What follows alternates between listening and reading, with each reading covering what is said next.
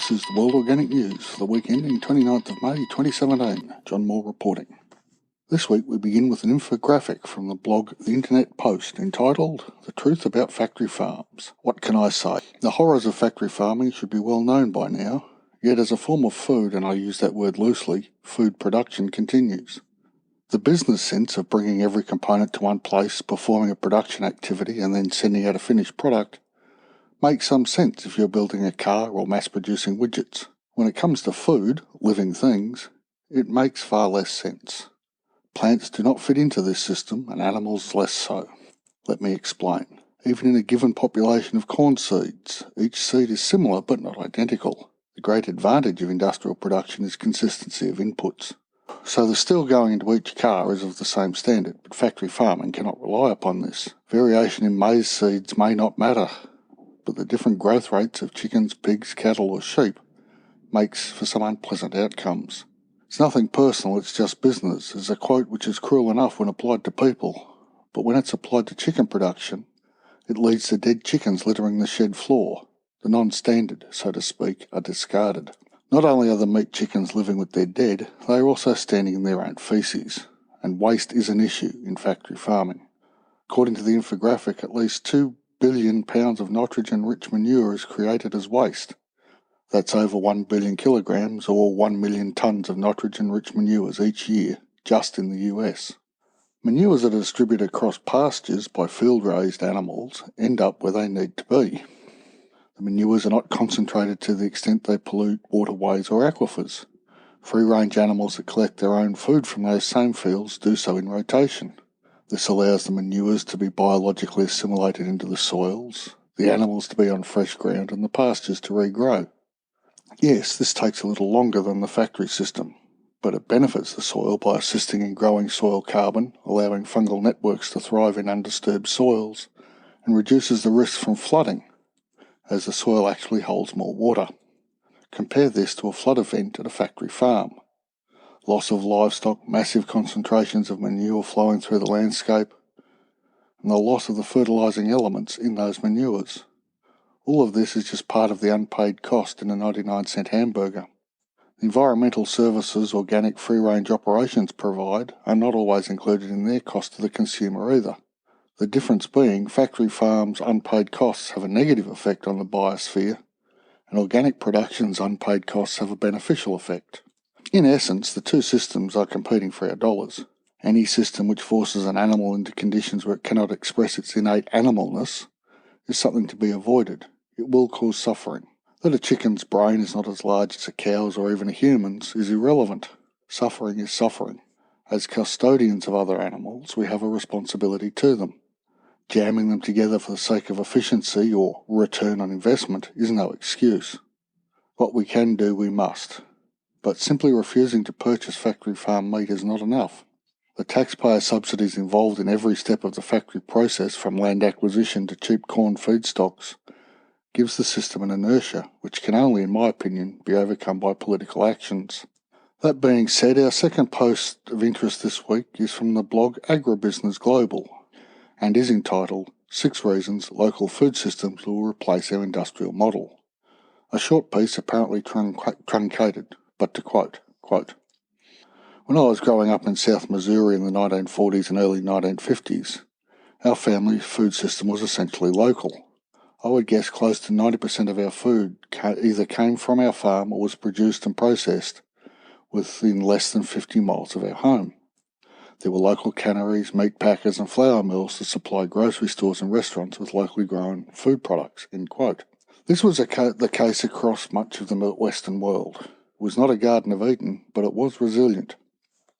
Interdependence and interreliability helped to keep the system stable. Things changed. The cultural effects have been sufficient to raise eyebrows with the death of small communities, the growth in farm size and loss of community. Again, to quote from the Post, quote, "Over the years, the local canneries, meat packers and flour mills were consolidated into the giant agribusiness operations that dominate today's global food system. Supermarkets and fast food chains replaced the mum-and-pop grocery stores and restaurants." End quote.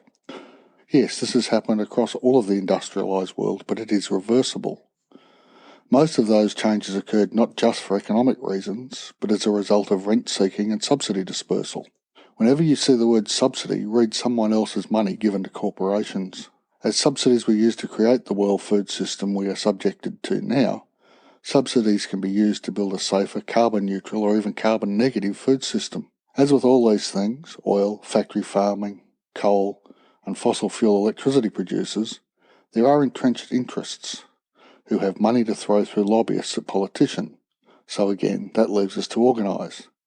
Unfortunately, the types of people drawn to local food systems, to organic farming, are almost by default single-minded individuals with little love of politicking.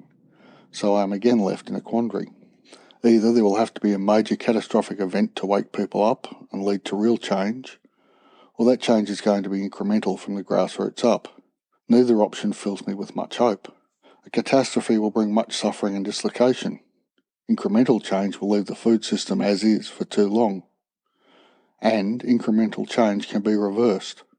In a post from The Guardian, 24th of May 2017 edition, entitled EU Declares Monsanto Weed Killer Safe After Intervention from Controversial US Official, quote, European Food Safety Authority dismissed the study linking glyphosate to cancer following counsel from an EPA official allegedly linked to the company and who figures in more than 20 lawsuits. The article describes this individual as Jess Rowlands, the former head of the EPA's Cancer Assessment Review Committee, who figures in more than 20 lawsuits and had previously told Monsanto he would try to block a US government inquiry into the issue, according to court documents. And from a little further on in the same piece, Greenpeace said the news of a European Food Safety Authority Rowlands connection made a public inquiry vital. Any meddling by Monsanto in regulatory safety assessments would be wholly unacceptable, said spokeswoman Francisca Achtenberg. We urgently need a thorough investigation into the European Food Safety Authority assessment before glyphosate can be considered for reapproval in Europe, end quote. This is, obviously, not good news, but it highlights the interconnectedness of corporations, governments and non-elected regulatory bodies.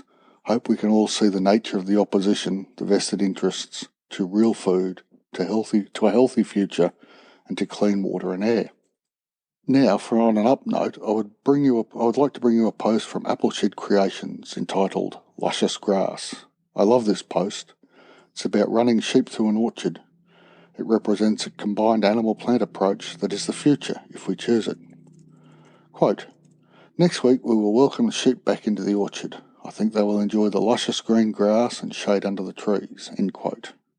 Sheep are ideal to run in conjunction with orchards. They love the shade and the windfall fruits, and they feed the trees. I have fond memories of a particular small orchard that was in my care, and Shropshire sheep cleaning up the windfalls just prior to mating time. The extra sugars from the fruit seemed to bump up their condition, and they dropped lots more twins after I started making this a part of their year. And on that rather more happy note, we will end this week's episode. If you've liked what you've heard, please tell everyone you know any way you can. I'd also really appreciate a review on iTunes or the podcatcher of your choice. Thanks in advance. Any suggestions, feedback or criticism of the podcast or blog are most welcome. Email me at podcast@worldorganicnews.com. Thanks for listening, and I'll be back in a week.